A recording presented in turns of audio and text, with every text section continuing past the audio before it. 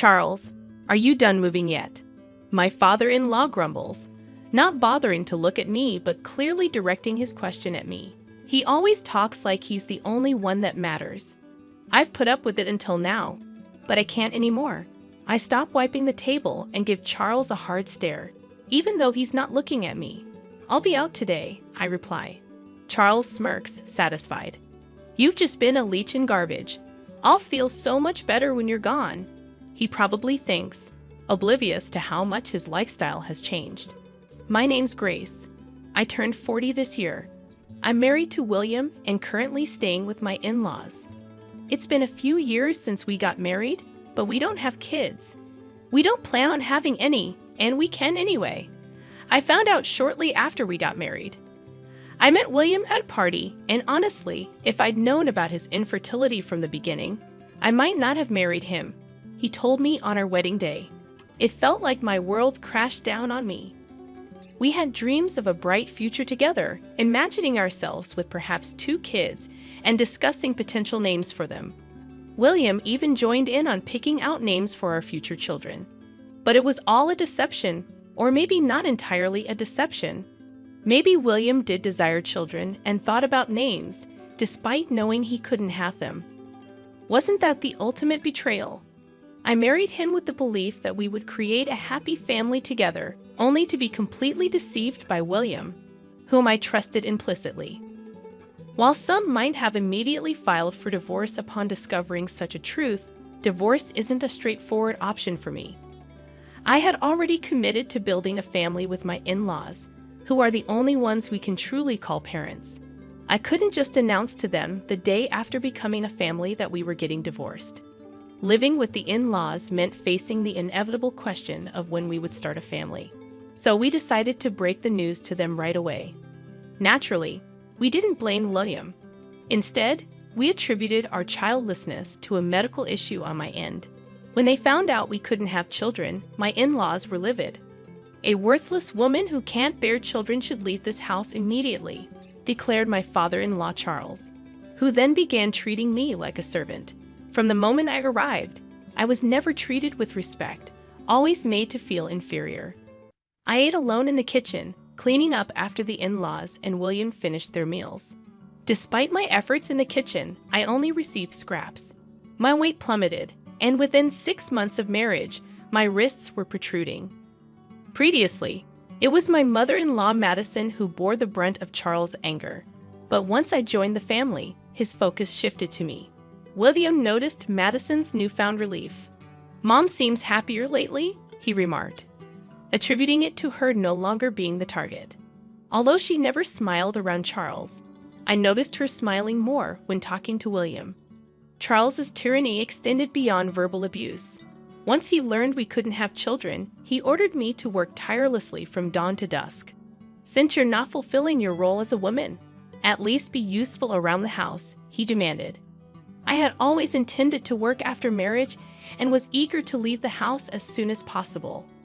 Balancing chores, work, and arriving home before everyone else was challenging, but having a job with flexible hours helped. However, even when I returned early and completed chores, I never ate with the family or received praise for my cooking. Charles, in particular, often discarded my food without tasting it, deeming it unworthy. Neither William nor Madison ever objected or offered any support. Despite my protests from the kitchen, meal times were usually silent affairs. I couldn't help but wonder if they truly enjoyed eating in such silence. But I can only observe them silently. I had no other option but to get along with my in-laws. I pretended to be friendly and played the role of a devoted wife. I couldn't pinpoint the purpose of it all, but as someone without parents, divorce seemed like an unbearable burden.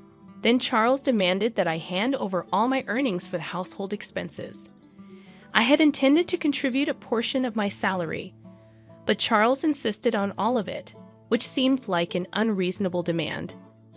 What's the point of working if I have no control over my own money? But speaking up was not allowed. Charles's decisions were final, and challenging him wouldn't change anything. It was easier to comply, keeping Charles in a good mood and avoiding the sorrowful looks from Madison and William. Ultimately, the the main source of trouble in this marriage was Charles. Madison and William were not as much of a problem. It was Charles who oppressed and tormented me. It appeared that Madison used to handle the household finances, but it became my responsibility after marriage. Charles, isn't this too much for Grace? Madison dared to question.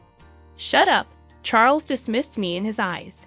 Madison and I were treated similarly. As women, our opinions were deemed worthless and not welcomed. I took over the household budget from Madison. When I first saw it, I was shocked, but after several years, I grew accustomed to it. Perhaps because there was another source of income. Charles started spending more extravagantly than before. It's for work, he claimed, increasing his nights out. And the three of them, excluding me, began taking trips during long weekends. They never used to act like this, but suddenly everything changed. He still doesn't see me as part of the family, often referring to me as a burden or worthless. To him, I'm just a maid who doesn't cost anything. In my 20s and 30s, I could brush it off, sometimes even finding peace when Charles wasn't around. But as I neared 40, I couldn't stand his mistreatment any longer. It felt foolish and exhausting to listen to him and obey silently. I grew tired of being afraid of Charles and started standing up for myself. He didn't take kindly to that and gradually grew to resent me. This negative cycle continued to worsen, and recently, my relationship with Charles had deteriorated to the point where we hardly spoke. When he did speak, it was only to insult me. I would fire back, making the atmosphere at home unbearable. It had gotten so bad that he would demand I leave the house. But I refused to go quietly. Where do you expect me to go, knowing I have no family? I would retort every time. Charles would angrily slam his glass on the table, breaking so many that I lost count. Why should I have to deal with this? A woman like you shouldn't talk back. Madison and William would quickly exit the room, sensing another argument brewing. Once it reached this point, it became Charles' one-man show. You should be grateful to even be allowed in this house. Don't get too cocky, you leech, he would rant, his face turning red with anger. We've had this conversation 100 times, I sighed, tired of being yelled at. Normally, I would cave in and apologize. I'm sorry was my usual response, but that day was different. You need to watch what you say, Charles. You're not getting any younger. It's time to calm down. I snapped back sharply, feeling just as irritable. Charles, caught off guard by my defiance, was furious. Who do you think you're talking to? I am the head of this household. A wife like you shouldn't have opinions, he barked. I knew I had crossed a line, but I couldn't stop myself. I've been your wife for years. Isn't it time I'm treated like a human being? You're retired now with less income. It seems the tables are turning. I continued, unable to contain my pent-up frustration. I confronted Charles directly, and he responded by grabbing me by the collar. I don't need someone like you in my house. I don't want to see your face anymore. Pack your things and leave immediately. He yelled so loudly that the furniture shook. Though I should have apologized right then, I couldn't hold back any longer. Fine, you want me to leave? That's what will make you happy, isn't it, Charles? I challenged him, meeting his gaze defiantly. Yes, he spat out. Unable to remain silent any longer, I declared, then I'll do it. He stormed off to his room with a loud noise, and I, feeling somewhat calmer, began cleaning the living room, which Charles had left in disarray. Madison came to check on me with a worried expression, but left without saying anything, returning to her own room. I realized I had no place in this house anymore. Neither William nor Madison would stand up for me. Years of enduring mistreatment had finally erupted, leaving me feeling more isolated than ever. The next morning, I followed my usual routine, waking up early to start my day.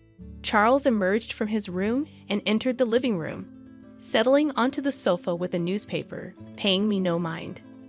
Without even glancing up, he casually asked, "Have you finished moving yet?" It was impossible for me to have relocated so swiftly after the events of yesterday. I assumed it was merely a drunken outburst, not a serious demand. Surely he was referring to leaving the house, right? When do you plan on departing? You no longer have the right to reside here. Charles continued, still not meeting my gaze. Halting my task, I turned to face him directly. If he truly intends for me to leave, then I must respond seriously. I'll be gone by today, I declared firmly. Nearby, Madison, frozen with concern, cast a worried glance in my direction. It was evident that once I departed, Charles would refocus his animosity towards her, and she didn't want me to leave. However, Charles had made up his mind. Apologizing and staying was never an option. With a satisfied laugh from Charles echoing behind me, I hurriedly gathered my belongings and left the in-laws' home. Uncertain of my destination, I felt a sense of liberation. I sent a message to William, who was already away. Please proceed with the divorce proceedings. A lawyer would reach out to him. With that, I powered off my phone. In the following days, I engaged a lawyer who reached out to William and the in-laws. Charles, convinced that divorce was inevitable, pressured William to swiftly sign the papers. William hesitated, glancing back and forth between me and the divorce documents. But there was no room for second thoughts. With Charles's insistence and my determination to move forward, he reluctantly complied. I have no money to spare for a woman like you, but dealing with lawyers is a nuisance, so I'll foot the bill, Charles grumbled, his arrogance palpable. The lawyer offered a wry smile at his demeanor. Despite his reluctance, William signed the agreement under Charles's stern gaze. In the presence of the lawyer, I added my signature, and the divorce was finalized. We settled the distribution of assets, and I received compensation for the harassment I had documented.